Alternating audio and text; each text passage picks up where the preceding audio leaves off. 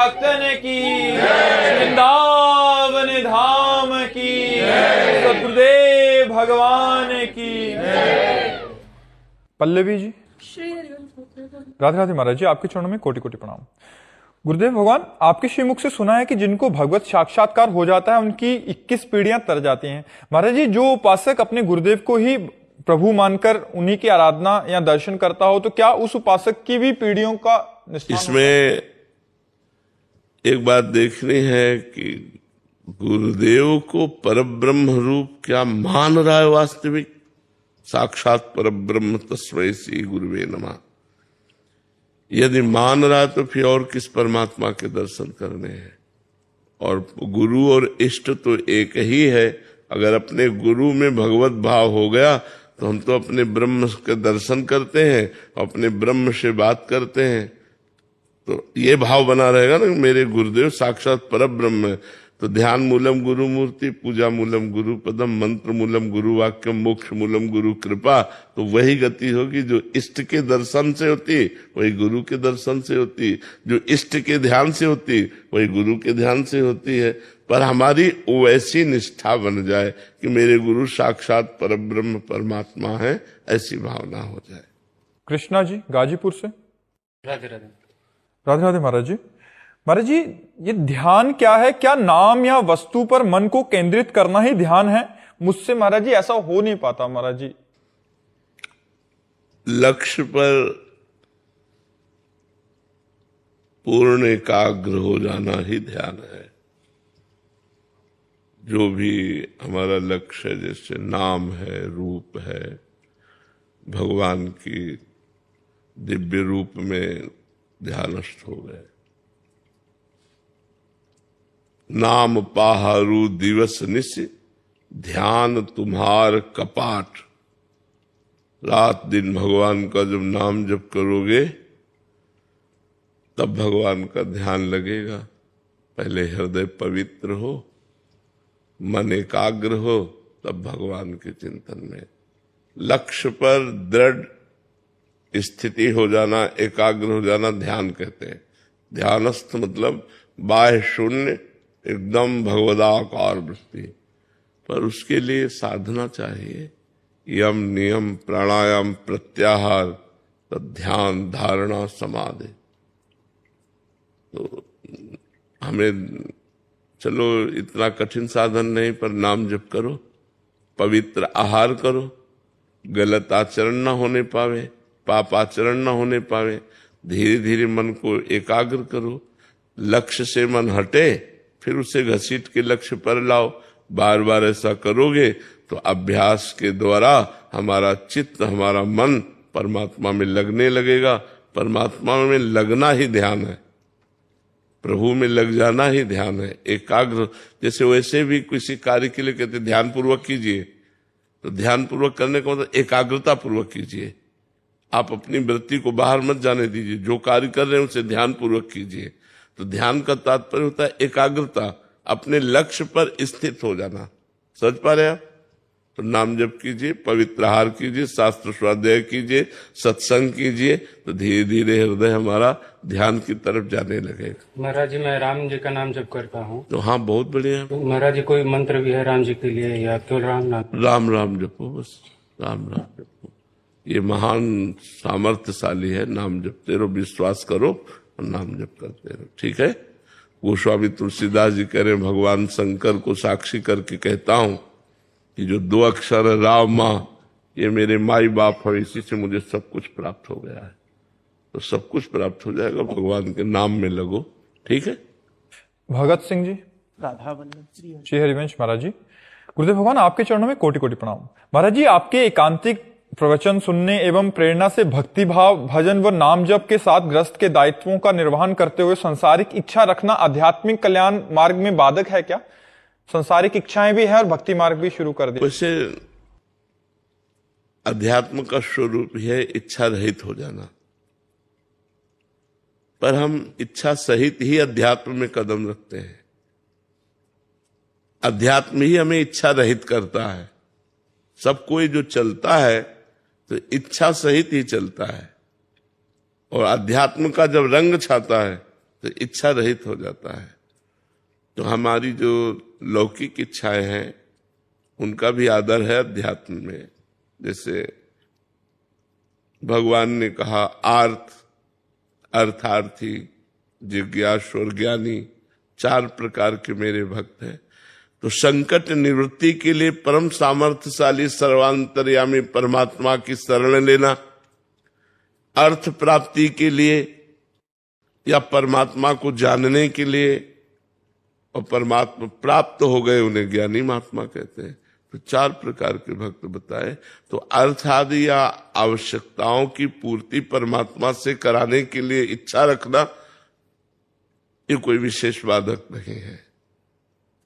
बाधक है पर विशेष बाधक नहीं है। और बाधक इसलिए है कि मुझे मुक्त होना है संसार से, तो हर इच्छा का त्याग करना पड़ेगा, या भगवान की प्राप्ति करनी है तो हर इच्छा का त्याग करना पड़ेगा। पर अभी भगवान की प्राप्ति की इच्छा जागी नहीं, तो इसलिए जो हमारी वर्तमान की समस्याएं हैं हम वो भगवान से निवेदन कर सकते हैं। वो सर्व सामर्थ्यशाली है, हमारी इच्छाओं की भी पूर्ति कर देंगे और हमें परमार्थ का मार्ग भी दे देंगे, हमें भगवत प्राप्ति का भी मार्ग दे देंगे। समझ पा रहे हैं आप? अमरजीत जी प्रयागराज से।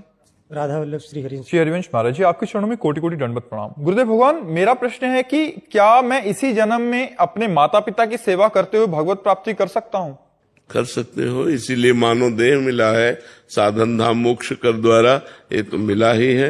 माता पिता में भगवत भाव करके उनकी सेवा करो और नाम जप करो तो निश्चित भगवत प्राप्ति हो जाएगी। पर भगवत प्राप्ति करना चाहो तब ना। और यद्यपि संसार को साधन बनाकर भगवान को साध्य बनाना चाहिए, और भगवान को साधन बनाकर संसार साध्य कर रहे हैं। अगर हम संसार मांग रहे हैं तो भगवान को साधन माना और संसार को साध्य माना, जबकि होना ऐसा चाहिए कि संसार की सब भोग सामग्री साधन बन जाए और भगवान हमारे साध्य बन जाए। तो लक्ष्य तो माता पिता की सेवा करके, समाज की सेवा करके, नाम जप करते हुए हम पूर्ण कर सकते हैं, पर लक्ष्य हमारे अंदर बने तब ना कि मुझे भगवत प्राप्ति करनी है।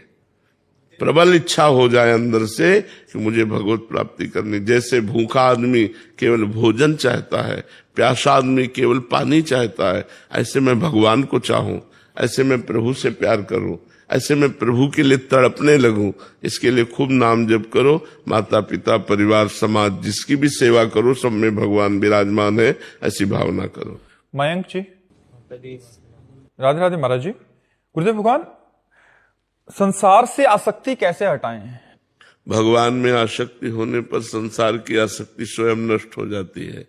भगवान में आसक्ति करने के लिए भगवान का नाम जप, भगवान की लीला कथा सुनो, भगवान की सेवा करो, भगवान के भक्तों की सेवा करो, भक्तों का संग करो, तो इनकी कृपा से संसार की मलिन आसक्ति भगवान में निर्मल आसक्ति के रूप में परिवर्तित हो जाएगी। यही साधन लंबे समय तक करो, कोई पापाचरण न करो, कोई मनमानी गंदा आचरण न करो, तो नाम जप, साधु संग, भगवान की लीला कथा सुने और गाए, नाम कीर्तन करे, इसी से भगवान में आसक्ति हो जाती है। जो नवधा भक्ति है ये भगवान की आसक्ति के लिए ही तो है। खूब भगवान का भजन करो तो भगवान में आसक्ति हो जाएगी।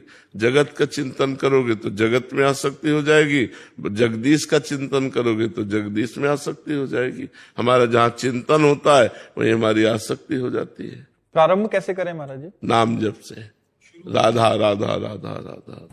जैसे नाम जप करते तो एकाग्र नहीं हो पाता जी। नाम जप करते हैं तो मन एकाग्र नहीं हो पाता। धीरे धीरे आगे चलकर एकाग्र होगा। अभी पूर्वाभ्यासी मन बार बार भाग के जाएगा, लेकिन हम बार बार हटाकर नाम जप करते रहे तो नाम में लगने लगेगा। सांसारिक भोगों में ज्यादा लगता है, कह रहे हैं। हाँ, सबका लगता है। तुम्हारा इन्हें किसी से भी पूछ लो तो सबका मन लगता है। तो जैसे पानी की ढलान ऐसे होती है, जिधर ढलान होगी उधर जाएगा। ऐसे मन मना खष्टान इंद्रियाणि प्रकृति स्थान कर सती, ये माया की तरफ ज्यादा जाता है मन। परमात्मा की तरफ जबरदस्ती लगाना होता है, माया की तरफ स्वाभाविक जाता है। जैसे ढलान की तरफ पानी स्वाभाविक जाएगा, ऊपर चढ़ाने के लिए यंत्र की आवश्यकता है, ऐसे मन को भगवान में लगाने के लिए मंत्र की आवश्यकता है। नाम और मंत्र के सहारे हम इसे परमात्मा में लगा देते हैं। समझ पाए? भोजन में इतना विक्षेप क्यों डालती है गुरुदेव? हम भजन करना चाहते भजन में बहुत विक्षेप माया डालती है, हम करना चाहते हैं बट माया बार बार। हाँ, हम ये स्वीकार करते हैं आपकी बात की माया विक्षेप डालती है, लेकिन इसी को जीत जाए तो परमात्मा की प्राप्ति हो जाए, तो उसको सहो। भगवान ने कहा है, देखो माया का विघ्न क्या है? आकर्षण, भोगों का आकर्षण, पुत्र पति का आकर्षण, धन का आकर्षण, मान प्रतिष्ठा, वो आकर्षित करती है, हमारे मन को लुभायमान करती है, उसे हमें काटना है। नहीं नहीं, मुझे भगवान चाहिए, मुझे प्रिया प्रीतम चाहिए, ये नहीं चाहिए, मुझे प्रिया प्रीतम। बार बार हम अपने मन की जो आसक्ति संसार की तरफ है उसको विवेक के द्वारा काटे तो धीरे धीरे धीरे धीरे भगवान की कृपा से हमारा मन अनासक्त होने लगता है। ऐसा नहीं कि 2-4 महीने में हो जाएगा, लंबे समय तक हमको अभ्यास करना होगा। और भगवान के भरोसे रहेंगे ना तो मामेवे प्रपद्यन्ते माया में ताम तरन्ते, जो मेरी शरण में हो जाता है उसे मैं माया से पार कर देता हूँ। तो मुझे विश्वास रखना चाहिए कि मेरे भगवान मेरा सहयोग करेंगे और ये माया के विक्षेपों का हरण करके मुझे वो स्वयं प्राप्त हो। महाराज जी, कबड्डी की खेल की तरह हो जाता है कि मतलब एक बार परास्त कर दिया फिर ऐसा लगता है कि उत्साह रहित हो गए, फिर वही। लेकिन इसमें हारना नहीं चाहिए, इसमें हारना नहीं चाहिए। हार करके भी हमें जीतना है, हमें चलना है। खुद में उसमें कैसे संभाला जाए?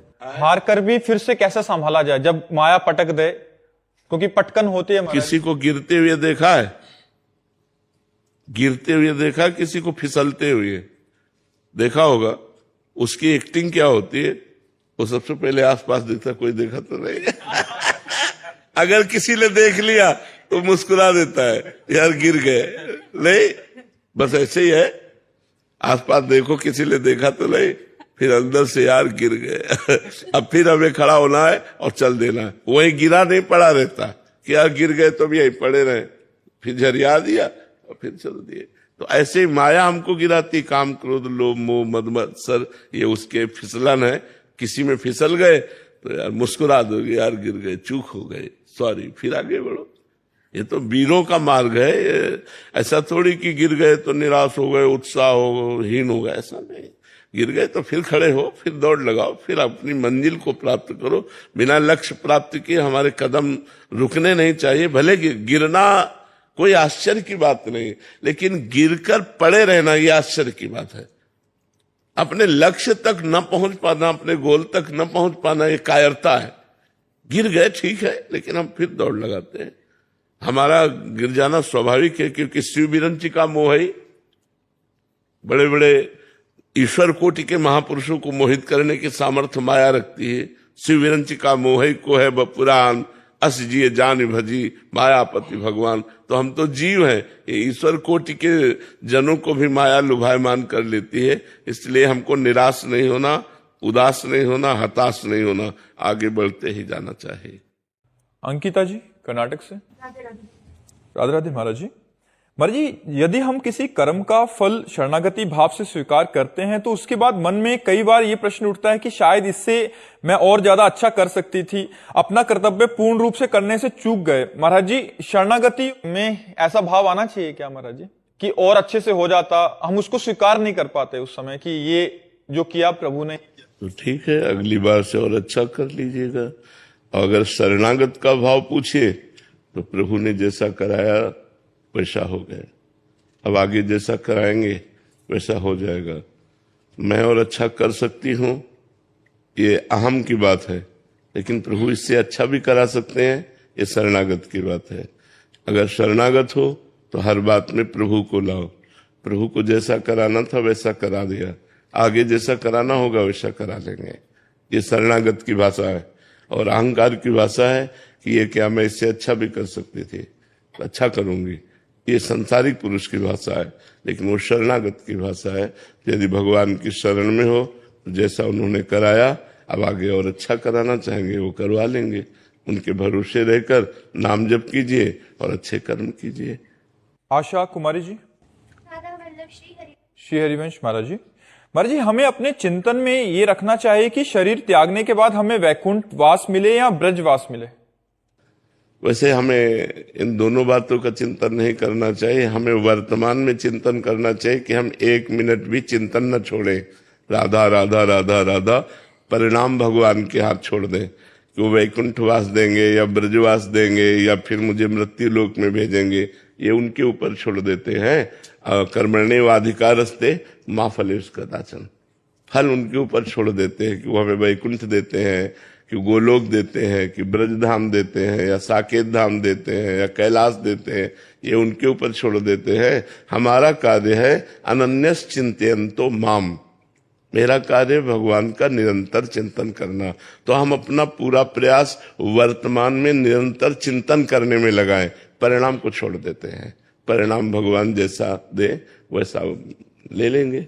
हमें वर्तमान का चिंतन करना चाहिए, वर्तमान में राधा राधा राधा हम भूले ना, ऐसा हमें विचार करना चाहिए। समझ पा रहे हैं आप? महाराज जी, क्या भक्त के हृदय में ऐसी आकांक्षा तो होती है कि वो अपने प्रभु का सानिध्य जहां देखो, जब पूर्ण शरणागति हो जाती है तो कोई आकांक्षा नहीं रहती। नरक में रखो, स्वर्ग में रखो, वैकुंठ में रखो, तुम्हारी गरज हो जहां रखो।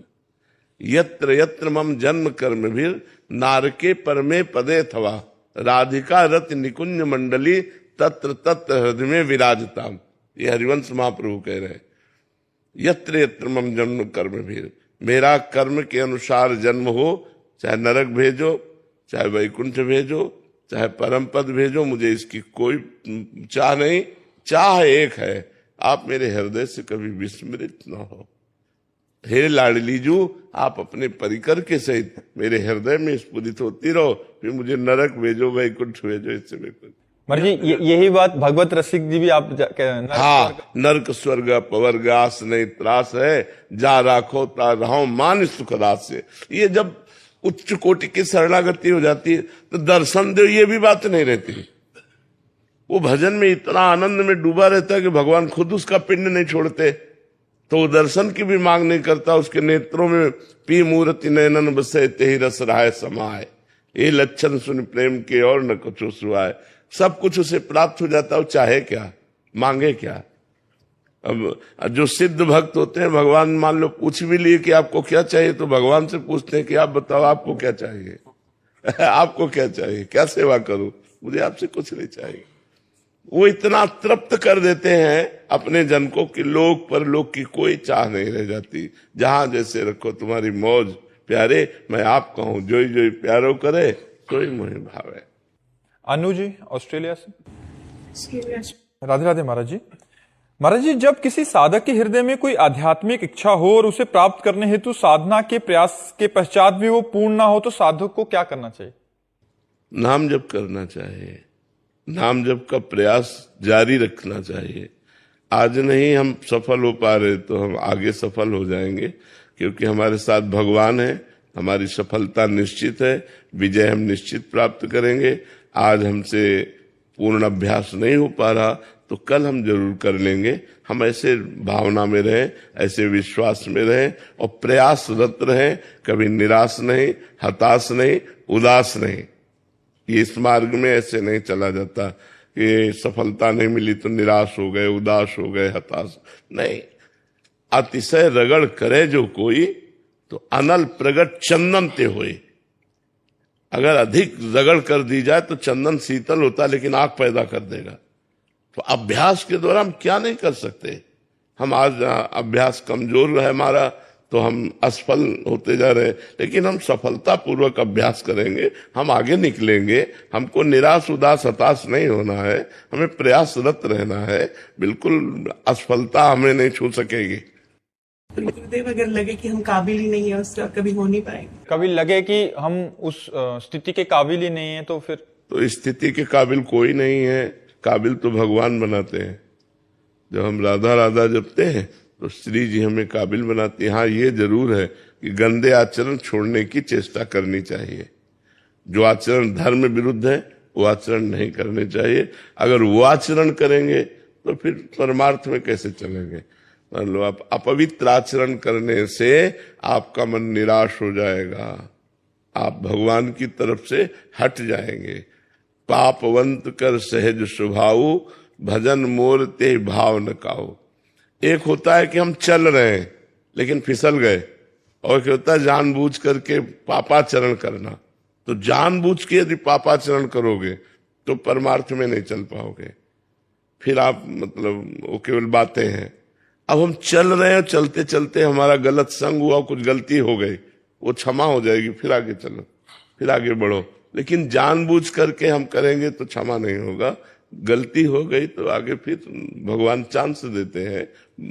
सबसे गलती हो जाती है, बड़े बड़ों से गलती हो जाती है। गलती वाला मार्ग है।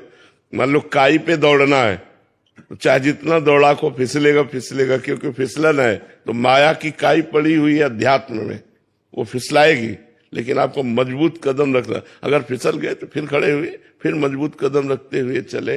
लेकिन पापाचरण नहीं होना चाहिए। जानबूझ के पापाचरण हो फिर माला चलाओ तो बात नहीं बनेगी।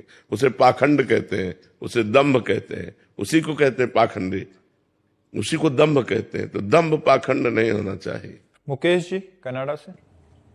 राधे राधे महाराज जी। महाराज जी, भगवत गीता जी में भगवान श्री कृष्ण कहते हैं कि मैं सबके हृदय में विराजता हूं। महाराज जी, अगर भगवान हृदय में है तो सुख दुख आता है तो मन विचलित पहले अगर शब्द हटाओ। अगर शब्द का मतलब होता है संशय।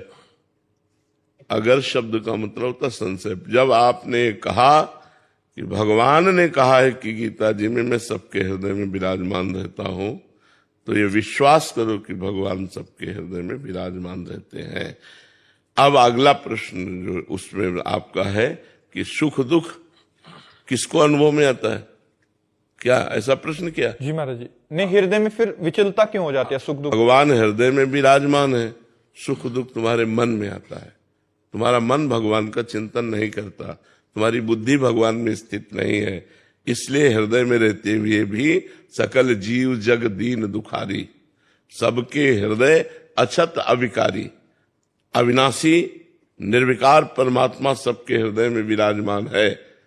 लेकिन सब जीव दीन और दुखी है। क्यों? तहां वेद अस कारण राखा, भजन प्रभाव संत श्रुति वाका। वेद और संत जन कहते हैं भजन, भजन न होने के कारण हृदय में भी भगवान के विराजमान होने पर भी हम दुख सुख में लिप्त हो जाते हैं, हम पाप में लिप्त हो जाते हैं, हम जन्म मरण को प्राप्त होते हैं। इसलिए भगवान ने गीता जी में ही कहा, मय्येव मन आधत्स्व मयि बुद्धिम निवेशय निविशस्यसि मय्येव अत ऊर्ध्वम न संशया। मेरे में ही मन लगा दे, मेरे में ही बुद्धि लगा दे, तो मेरे में ही निवास करेगा, इसमें कोई संशय नहीं। तो जरूरत है मन बुद्धि को भगवान में लगाने की। भगवान तो हृदय में क्या, रोम रोम में कण कण में विराजमान है। भगवान के सिवा कोई सत्ता ही नहीं है। पर हमारे अंदर भगवान का चिंतन कहाँ हो रहा है? हमारे अंदर संसार का चिंतन हो रहा है, भोगों का चिंतन हो रहा है, रुपया का चिंतन हो रहा है, व्यक्तियों का चिंतन हो रहा है। तो जो चिंतन होता है वही स्थिति मानी जाती है। अगर भगवान का चिंतन हो तो स्थिति भगवान में। भगवान अविनाशी आनंद में, तो अविनाशी आनंद में भाव तुम्हारे अंदर रहेगा। और संसार विनाशी दुख सुख में, तो वही संसार का है। तो आप अपना चिंतन संभालिए, आप भगवान का चिंतन कीजिए, भगवान का अनुभव आपको होने लगेगा तो आनंद में हो जाएंगे। दुख सुख संसार, आनंद भगवान। तो आनंद स्वरूप भगवान का चिंतन कीजिए। आशुतोष शुक्ला जी। राधे राधे महाराज जी। महाराज जी, क्या केवल मंदिर जाना ही काफी है या प्रभु के चरणों में पूर्ण समर्पण के लिए? मन आए तो मंदिर चले जाओ, ना मन आए तो कोई बात नहीं, लेकिन चिंतन करो भगवान का। गलत आचरणों का त्याग करो। मंदिर जाते हो पाप करते हो, मंदिर जाते हो और पाप करते हो।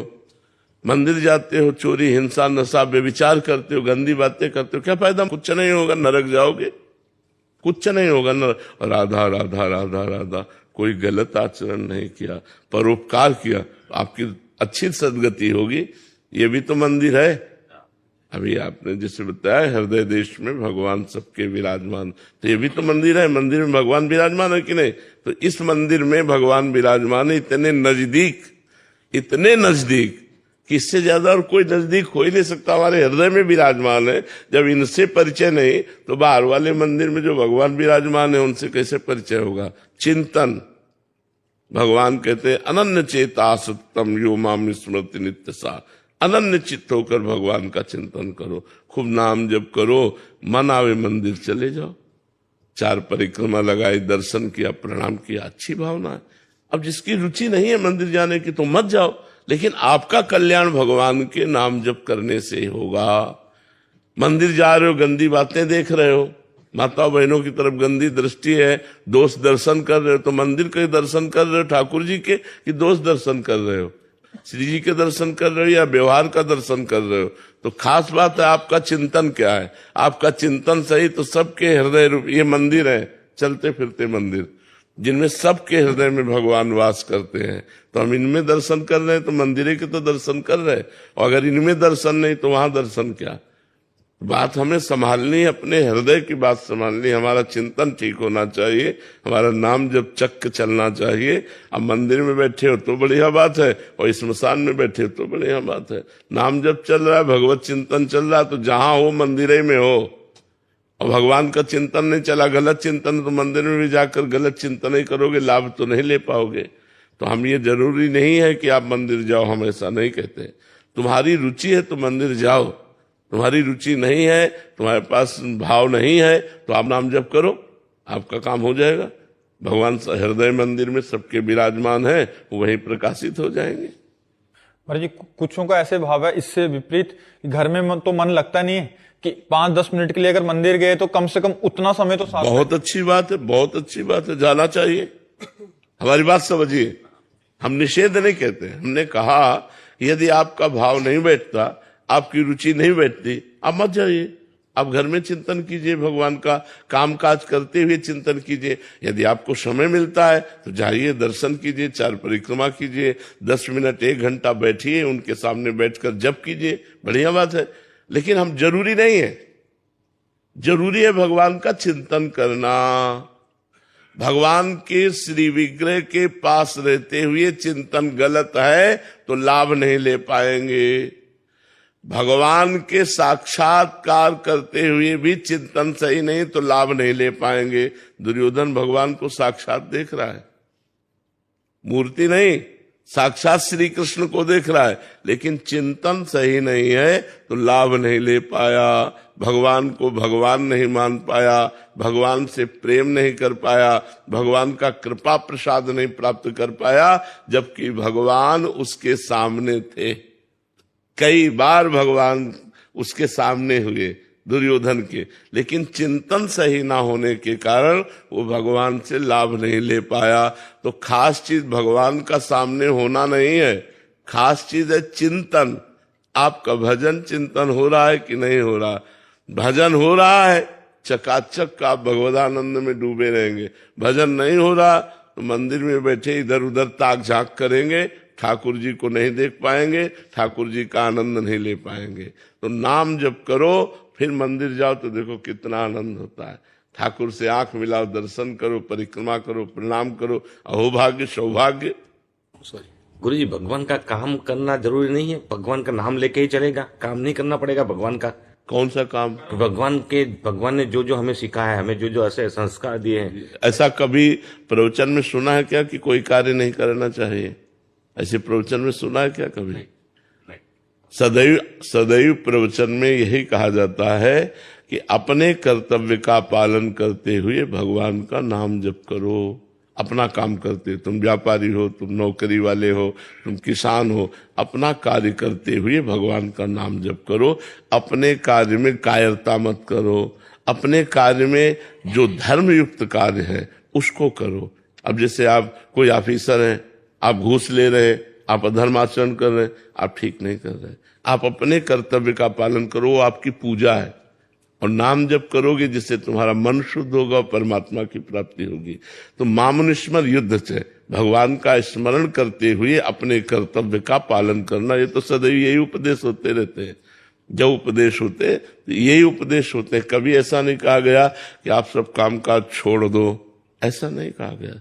हम सब छोड़कर भी बैठे हैं क्या? अपनी दिनचर्या में लगे ना, तो आप भी अपनी दिनचर्या में लगते हुए भगवान का भजन कीजिए। जी। कमल जी पानीपत से, हरियाणा से। राधे राधे महाराज जी। महाराज जी, त्रिनापी सुनी चैन, ये भाव कैसे आए? आप कहते हैं कि राधा रानी को पाने के लिए तृण से भी नीच बनो, पर संसार में रहते हुए कुछ भी अच्छा कर्म करो तो उसका अहंकार आ ही जाता है। ऐसे में श्री जी देहाभिमान अविद्या के कारण होता है, अज्ञान के कारण। जब हम साधना करते हैं और हमारा हृदय पवित्र होता है, तो अहंकार नष्ट हो जाता है। अगर ज्ञान में है तो अहंकार जैसे सूर्य उदय होते ही अंधकार का नाश हो जाता है, ऐसे ज्ञानोदय होते ही देहाभिमान नष्ट हो जाता है। अगर भक्ति मार्ग से चलते हैं तो देहाभिमान भगवान के दासत्व में परिणित हो जाता है। भगवान हमारे स्वामी और हम भगवान के सेवक। तो भगवान चराचर रूप में है तो हम चराचर जगत के सेवक हुए तो सबसे छोटे हो गए ना। जब हमारी भगवान में रति होती है तो सर्वत्र भगवान का अनुभव होने लगता है। सो अनन्य गति जाके असमति न तरे हनुमंत, मैं सेवक सचराचर रूप स्वामी भगवंत। वही अनन्य भक्त है जिसको ऐसा अनुभव हो कि मैं सेवक हूं और चराचर जगत मेरे स्वामी का रूप है। तो त्रणादपि सुनिचेन हो गया ना। बिना भक्ति और बिना ज्ञान के ये अहंकार तो छोटी छोटी बातों में भी लगा रहता है। फिर जब हम अच्छे सत्कर्म करते हैं तो ये और पुष्ट हो जाता है। ये सब अहंकार जब गलित हो जाता है तभी परमात्मा प्राप्ति होती है। तो सत्संग के द्वारा, नाम जप के द्वारा, शास्त्र स्वाध्याय के द्वारा, परोपकार के द्वारा हम अपने मन बुद्धि को जब पवित्र करते हैं तो पवित्र मन बुद्धि में शुद्ध ज्ञान का प्रादुर्भाव होता है और उसी से अज्ञान का नाश होता है। अज्ञान ही अहंकार है, अहंकार ही अज्ञान है। इसका नाश होते ही शुद्ध आत्म स्वरूप में स्थित हो जाना या भगवान के प्रेम को प्राप्त हो जाना। तो हम साधन करें, नाम जप करें, शास्त्र स्वाध्याय करें, संतों का संग करें, परोपकार करें। सोनिया जी पानीपत से। राधे राधे महाराज जी। महाराज जी, गृहस्थ में परिवार के साथ रहते हुए भी असंग कैसे रहें? चित्तवृत्ति कहीं ना कहीं संसार में ही चले जाती है, ऐसे में प्रभु में कैसे लगाएं? देखो, थोड़ा सा इसमें हमें बुद्धि लगानी है। भगवान के सिवा कोई है नहीं, ये पहली बात मान लो। चतुर्श्लोकी भागवत में श्री भगवान कृष्णचंद्र जो कहते हैं, ब्रह्मा जी को जो उपदेश किया, जब सृष्टि नहीं थी तो मैं ही मैं था, जब सृष्टि नहीं रहेगी तो मैं ही मैं रहूंगा, तो बीच में जो कुछ है वो सब मैं हूं। मतलब श्री भगवान ही साक्षात सबके रूपों में विराजमान है। तो जब हम व्यवहार करें, चाहे वो माता पिता भाई बंधु रिश्ते नातेदारों से हो या किसी बाहरी समाज के व्यक्ति से हो, यदि हम भगवत भाव कर लें तो हमारा भजन अखंड माना जाता है। जब हम व्यक्ति को व्यक्ति समझकर व्यवहार करते हैं तो राग द्वेष हो जाता है।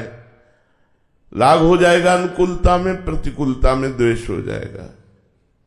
और जब हम भगवत भाव से कहते हैं तो समता आती है। समता भगवान का स्वरूप है, समता मोक्ष स्वरूप है, समता आनंद स्वरूप है। तो हमें चाहिए कि हम अपने व्यवहार करते समय व्यक्ति वस्तु स्थान स्वयं भगवान बने हुए हैं, ऐसा चिंतन करें कि इसमें भी भगवान है, ये भी भगवान का ही स्वरूप है। तो हमारा भजन बन जाएगा।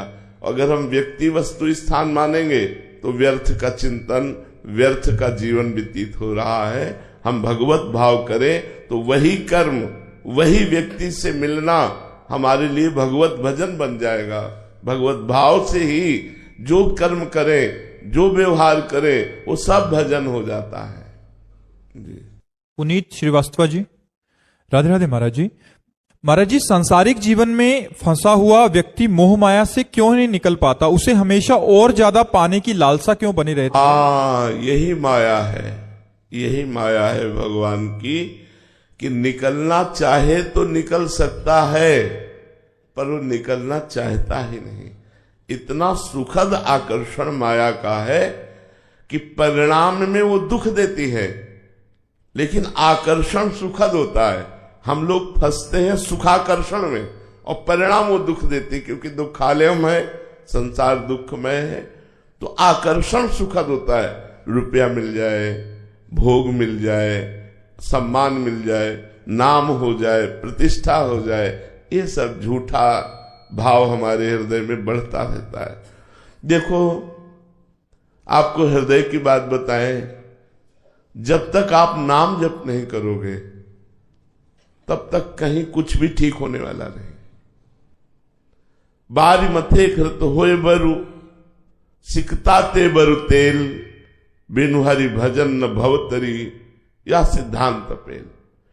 यदि आप चिंता से बचना चाहते हो, शोक से बचना चाहते हो, दुख से बचना चाहते हो, जन्म मरण के चक्र से छूटना चाहते हो, सदैव सदैव के लिए सुखी होना चाहते हो, तो राधा राधा राधा राधा रटो, हमारी बात मान लो। ये माया का ऐसा दुखालय है, पूछो मत। जिधर देखो उधर माया अपना तांडव किए हुए है। अब जिस शरीर को हम इतना प्यार करते हैं यही मर जाएगा, जिस घर को इतनी मेहनत से बनाते हैं वो छूट जाएगा, जो बैंक बैलेंस प्राणपन से लग करके हमने एकत्रित किया वो सब छूट जाएगा।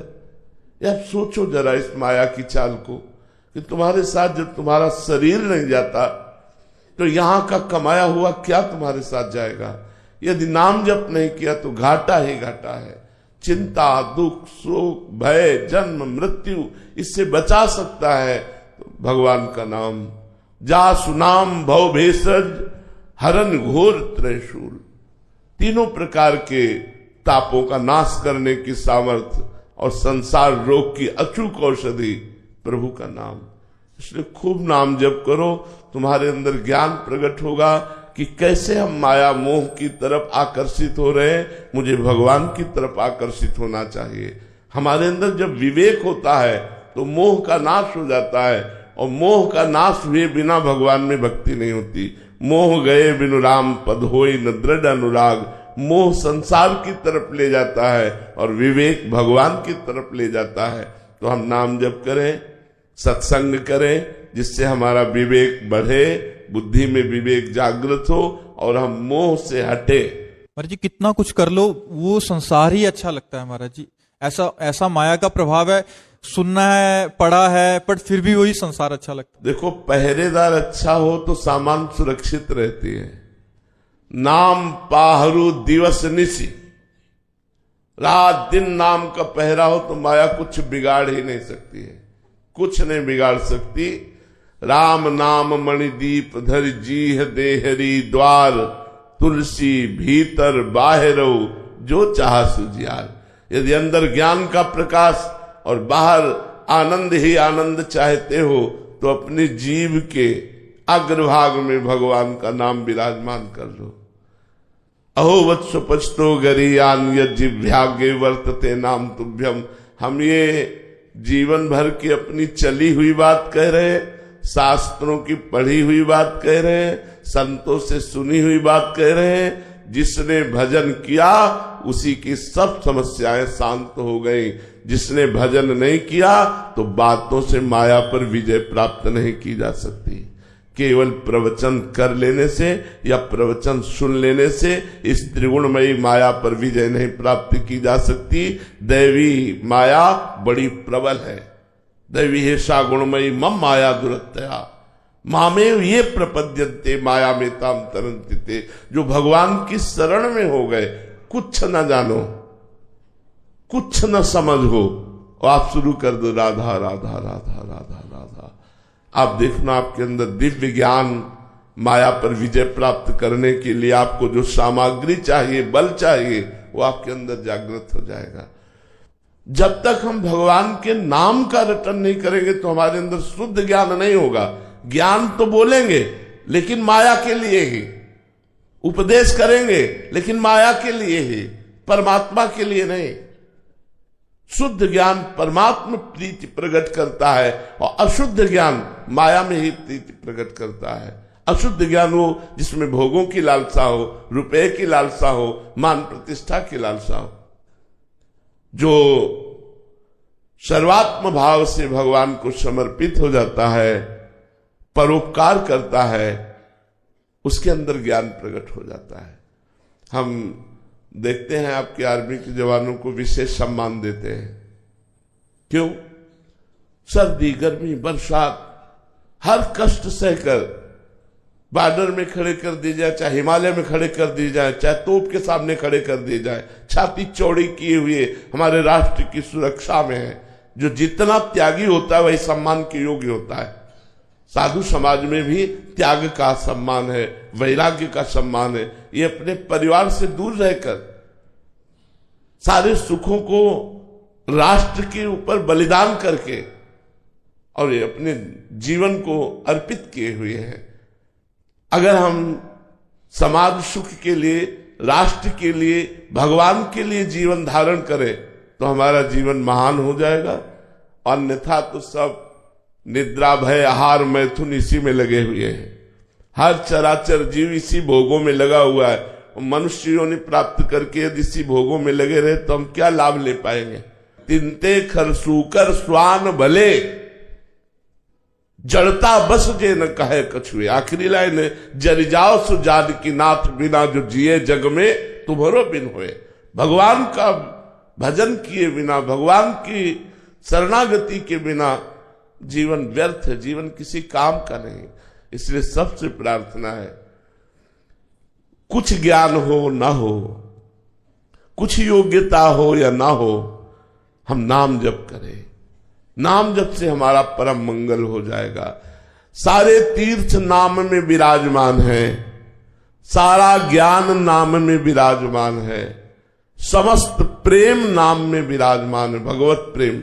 जो जितना नाम जप करेगा, लोक परलोक में जो चाहेगा वो उसे प्राप्त हो जाएगा।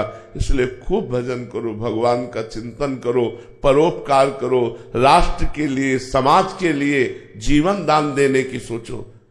आज हमारा समाज इतना स्वार्थी होता चला जा रहा है, व्यसनी, व्यभिचारी, इतना भाव बढ़ते चले जा रहे हैं। बड़ा दुखद है। कोई किसी के साथ अत्याचार कर रहा है, वो वीडियो बना के डाल सकता है, लेकिन उस अत्याचारी को दंड देने के लिए उद्यत नहीं होगा वो। कोई माता बहन की चैन खींच रहा है, वो वीडियो बना रहा है। अरे तुम्हारी आंखों में तनिक भी पानी नहीं रह गया? तनिक भी तुम्हारी आंखों में तेज नहीं रह गया कि ये वीडियो बनाने का समय या उसको बचाने का समय है? एक्सीडेंट हुआ पड़ा है, शीशा खोला, वीडियो बनाया, चल दिया। नहीं, अगर परोपकार नहीं है, परहित की भावना नहीं है, तुम्हारा मनुष्य जन्म लेना व्यर्थ चला गया। भगवान का भजन, राष्ट्र की सेवा, समाज की सेवा, माता पिता की सेवा, परोपकार, इसीलिए मनुष्य जीवन की दिव्यता कही गई। दुर्लभो मानुषो देहो, इसे दुर्लभ कहा गया है, देव दुर्लभ कहा गया है। बड़े भाग मानुष तन पावा, सुर दुर्लभ सदगुरु संगा। उसी माया ममता मोह में फंस करके हम अपने जीवन को नष्ट कर दे तो क्या दुर्लभता रही, क्या दुर्लभता रही इस मानव देह की। निसर्ग मोदी जी, राधे राधे महाराज जी। महाराज जी, जो हमसे पाप या पुण्य होते हैं उसका फल आत्मा को मिलता है या जीव को मिलता है या शरीर को मिलता है? पहली बात तो आत्मा और जीव दो नहीं है, उसी को देहाभिमान के कारण जीव कहा गया और देह भाव रहित होने पर वही आत्मस्वरूप है। आत्मस्वरूप वही परमात्मा स्वरूप है। ये मन और देह को भोगना पड़ता है। जो देह के द्वारा शुभ अशुभ कर्म होते हैं उनका पुण्य और पाप आत्मा निर्लिप्त है, मन को भोगना होता है, देह को भोगना होता है, आत्मा को नहीं। आत्मा निर्लिप्त है, निर्विकार है।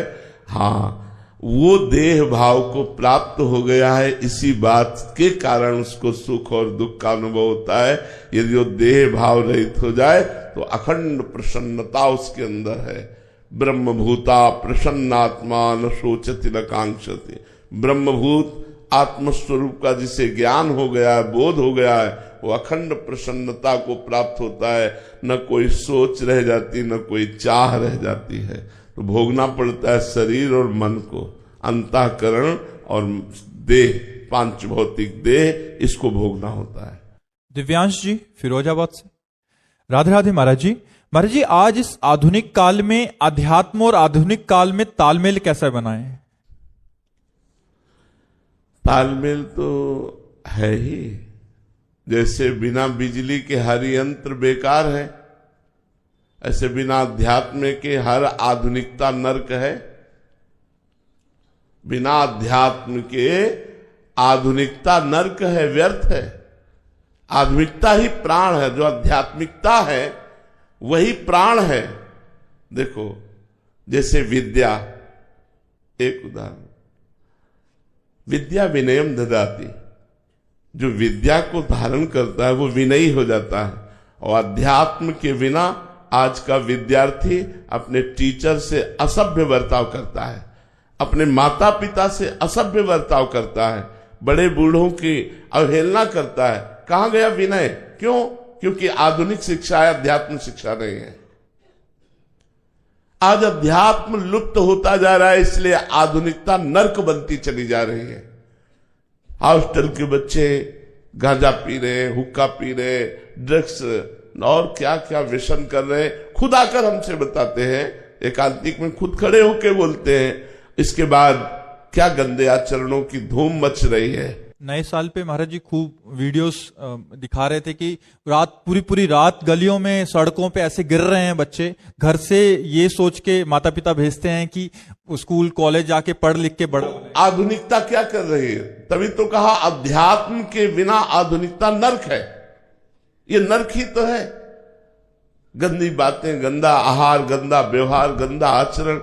अच्छा, कोई उत्सव अध्यात्म में मनाया जाता है, जैसे हम लोग नया वर्ष मनाए, 24 घंटे कीर्तन बैठाने भगवान का नाम का, सुंदर पवित्र भोजन बनाकर भगवान को भोग लगाएं, 50 सैकड़ों लोगों को पवाएं, कितना पवित्र।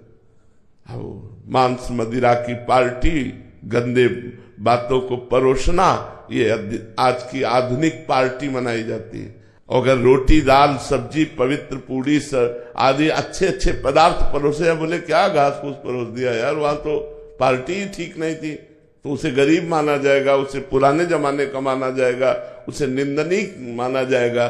तो आधुनिकता आज नर्क हो रही है अध्यात्म के बिना।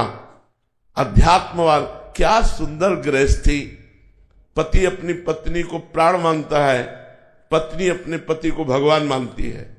ये देखो, ये आध्यात्मिकता शिक्षा देती है। और आज पत्नी किसी और पुरुष से, पति किसी और स्त्री से, दोनों का मिलाप नहीं। क्या असंतुष्ट जीवन, क्या अमंगल में गृहस्थी।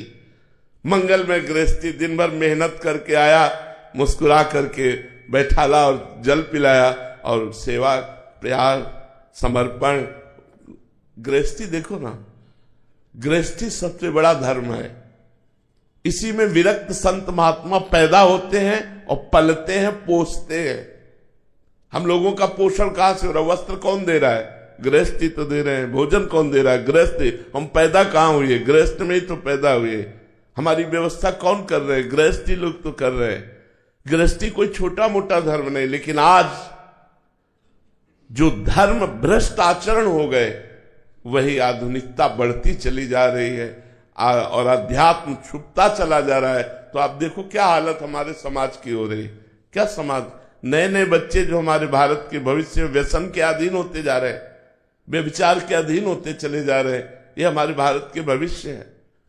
तो ये क्या हो रहा है? अध्यात्म के बिना आधुनिकता नर्क, और वही आधुनिकता अध्यात्म से जुड़ जाए तो स्वर्ग हो जाए, वही आनंदमय हो जाए, वही परिवार फूला फला आनंद में, घर में ठाकुर जी विराजमान है, अगरबत्ती की सुगंध आ रही है, और पत्नी बड़े भाव से अपने पति को टिफिन लगा करके ऑफिस भेज रही, बच्चों को इसको। क्या गृहस्थी आनंदमयी। भगवान का नाम कीर्तन, थोड़ी देर भगवान की कथा, नाम जब, आए हुए संत अतिथि का सत्कार, वो गृहस्थ तीर्थ है।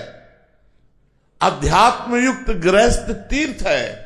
अध्यात्म युक्त हर वस्तु धन्य है, और अध्यात्म के बिना सब नरक है। देख लो क्या नरक की दशा है। पर नरक में रहना ही अच्छा लगने लग गया हमारा। आए नरकी कीड़ा जैसे नरक में अच्छा लगना, ऐसे ही संसार को ये आधुनिकता अच्छी लगती है। आधुनिकता अच्छी लगती है। बाहुल्यता हो गई है ना, तो हम देखते हैं कि सारे वैसा कर रहे हैं, तो हमें भी क्या दिक्कत आ रही है। तो अच्छा, जो एक दो चलने का प्रयास करते हैं उनका इतना उपहास हो जाता है, वो ऐसे ही उत्साह रहित हो जाता है। हाँ बिल्कुल, लेकिन सत्य पे चलने वाले उपहास और निंदा की परवाह नहीं करते। जो अच्छे मार्ग पर चलने वाले अच्छे लोग हैं वो अपनी अच्छाई को कभी न त्यागे, बुराइयों को त्याग करवाने की सामर्थ्य रखे। आप स्वयं बुराइयों से युक्त ना हो जाएं, तभी तो आप अच्छे माने जाएंगे। इसलिए हमें लगता है अध्यात्म अत्यंत आवश्यक है, चाहे वो विद्यार्थी हो, चाहे गृहस्थ हो, चाहे मनुष्य जीवन में कोई भी हो, सबको अध्यात्म स्वीकार करना चाहिए। अध्यात्म के बिना सुख और शांति नहीं। और सबसे बड़ी बात, सुख होता है मन की शांति में। अशांतस्य कुतः सुखम, अगर मन अशांत है तो सुख कहा।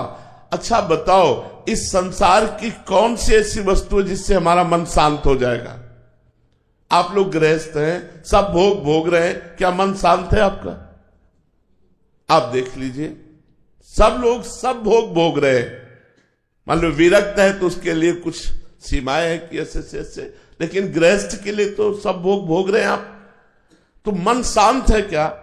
अगर मन शांत नहीं है तो फिर आप सुखी कैसे हैं? सुखी तो तभी जब मन प्रसन्न है, मन शांत है, और वो होगा भगवान से। तब लगी कुशलन जीव कहूं, सपने मन विश्राम, जब लगी भजत न राम कहूं, शोक धाम तज काम। इसलिए कुछ समय भगवान के लिए दीजिए। 24 घंटे में जब आपको समय मिले तो कुछ समय एकांत बैठकर भगवान का चिंतन कीजिए, नाम जप कीजिए, चलते फिरते उठते बैठते नाम जप कीजिए, भगवान से जुड़े रहिए, तुम्हारा परम मंगल होगा। अध्यात्म के बिना आधुनिकता का कोई महत्व नहीं। श्री राधा वल्लभ लाल की। महक अग्रवाल जी, राधे राधे महाराज जी। महाराज जी, भगवान तो अंतर्यामी हैं, तो क्या उनको अपनी कामनाएं व्यक्त करनी चाहिए या वो स्वयं ही सब समझकर अपने? यदि आपको अंतर्यामी पर विश्वास है तो फिर प्रश्न या मांग कामना करने की बात आनी ही नहीं चाहिए, क्योंकि अंतर्यामी है, उनको पहले से सब पता है। तो ना मुझे मांगना है ना मुझे कामना करनी है। पर यदि अंतर्यामी पर उस कोटि का विश्वास नहीं है तो फिर मांगना भी चाहिए। हम किससे मांगे? तुमेव माता च पिता तुमेव बंधुश्च सखा तुमेव, आप ही मेरे सब कुछ हो। तुमेव विद्या द्रविणम तुमेव, धन भी तुम ही मेरे हो। तो अगर हमें भगवान से मांगना है तो सिर्फ भगवान से मांगे, किसी और से नहीं। तो हमारी भगवान मांग पूरी कर देंगे, क्योंकि भगवान ने अर्थार्थी को भी अपना भक्त कहा है। 4 प्रकार के भक्त बताए। आर्त भक्त, जो संकट निवृत्ति के लिए भगवान का भजन करता है। अर्थार्थी भक्त, जो भगवान से धन प्राप्ति के लिए भजन करता है भगवान का। और जिज्ञासु, जो भगवान से भगवान को जानना चाहता है। और ज्ञानी, जो भगवत स्वरूप हो गया है। तो यदि हम अर्थ चाहे तो ध्रुव जी की तरह केवल भगवान से चाहे, भगवान हमें तृप्त कर देंगे। या तो ऐसा ज्ञान दे देंगे कि अर्थ की तरफ चाह नहीं रह जाएगी, या फिर हमारा ऐसा विधान बना देंगे कि जो चाह है अर्थ की वो शांत हो जाए। बहुत करुणा में और बहुत सामर्थ्यशाली है। इसलिए अगर अर्थ भी चाहे तो केवल भगवान से चाहे। और अगर हमको ऐसा लगता है कि हमारे अंदर दृढ़ विश्वास है कि भगवान अंतर्यामी है, तो फिर मांगने की जरूरत क्या है? फिर तो आगे से आगे वो खुद व्यवस्था करेंगे। अंतर्यामी है, वो सब जानते हैं। पर यदि ये विश्वास दृढ़ ना हो तो मांग भी लेना चाहिए, प्रार्थना भी कर लेनी चाहिए। और अगर मांगने पे भी वो इच्छा पूरी ना हो रही हो तो इसका क्या भाव रखें? और इसमें 2 भाव हैं। पहली बात तो ये है कि आप मांगते हो तो क्या बन के मांगते हो? आप भगवान से क्या संबंध रखते हो? यदि भगवान के घर का संबंध है तो निश्चित पूरी नहीं हुई, ये बहुत कृपा हुई, नहीं तो अमंगल हो जाता अगर पूरी होती। पक्की बात समझ लो।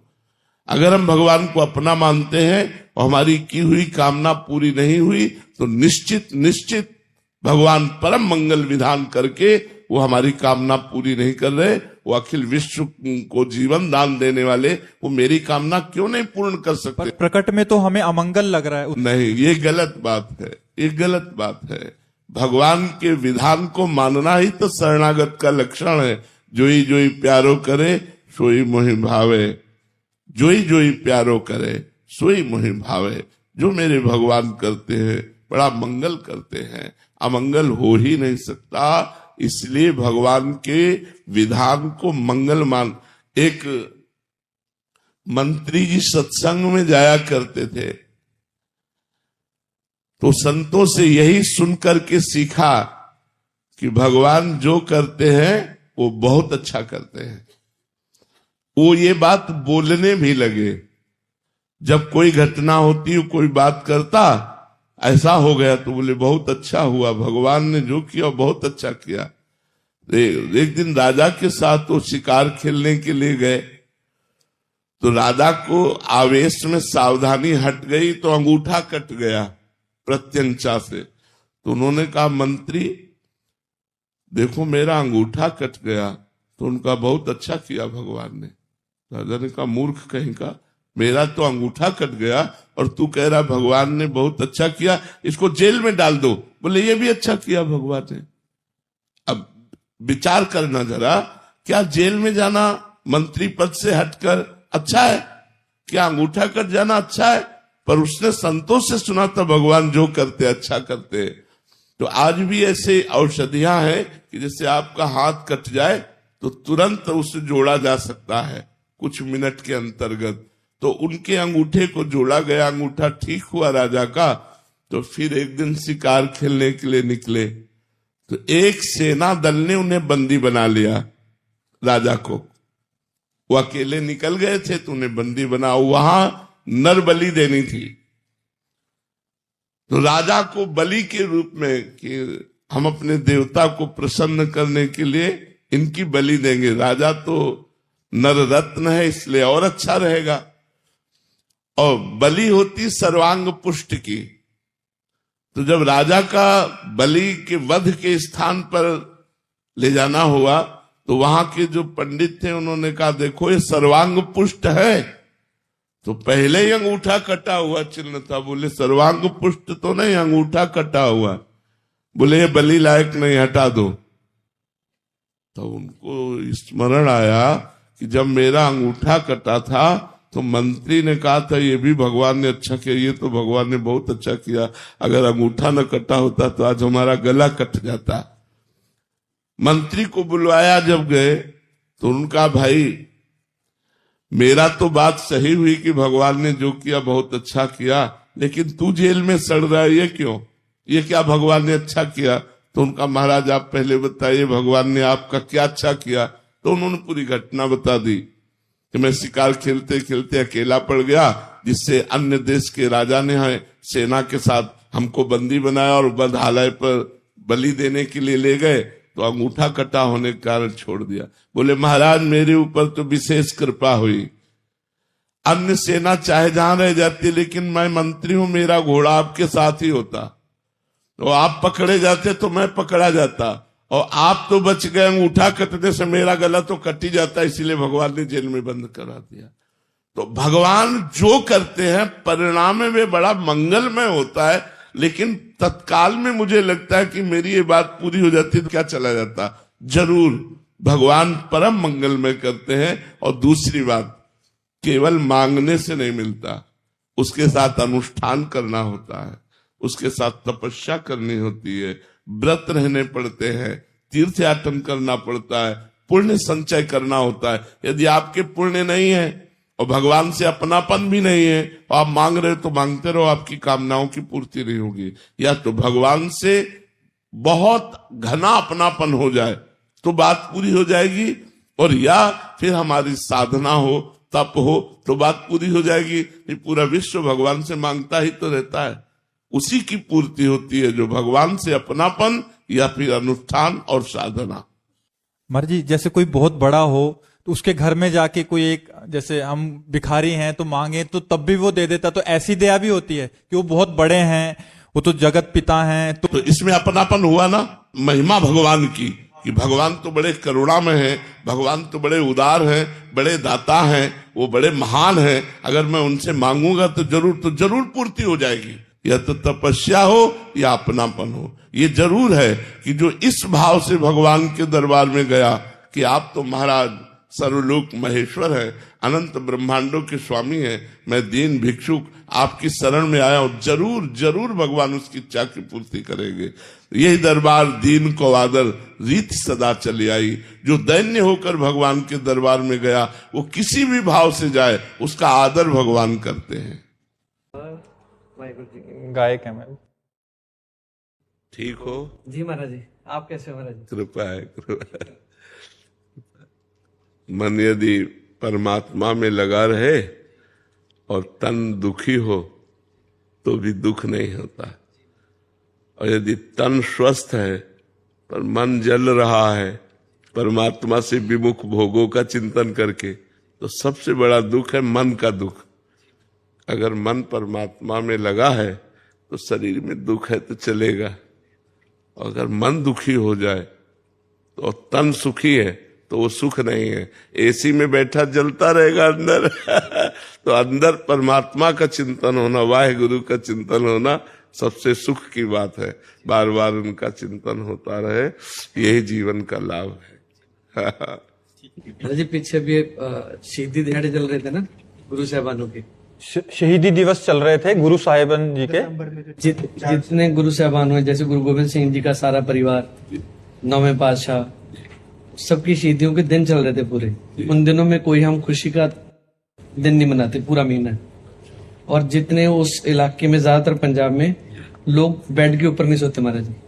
कि जब गुरु साहबान के बच्चे जो थे उनको ठंडे बुर्ज में कैद करके वो सजा दी गई, तो हम भी उन दिनों में उनके साथ वैसे ही जाके ठंडे बुर्ज में वैसे बैठे सोएंगे।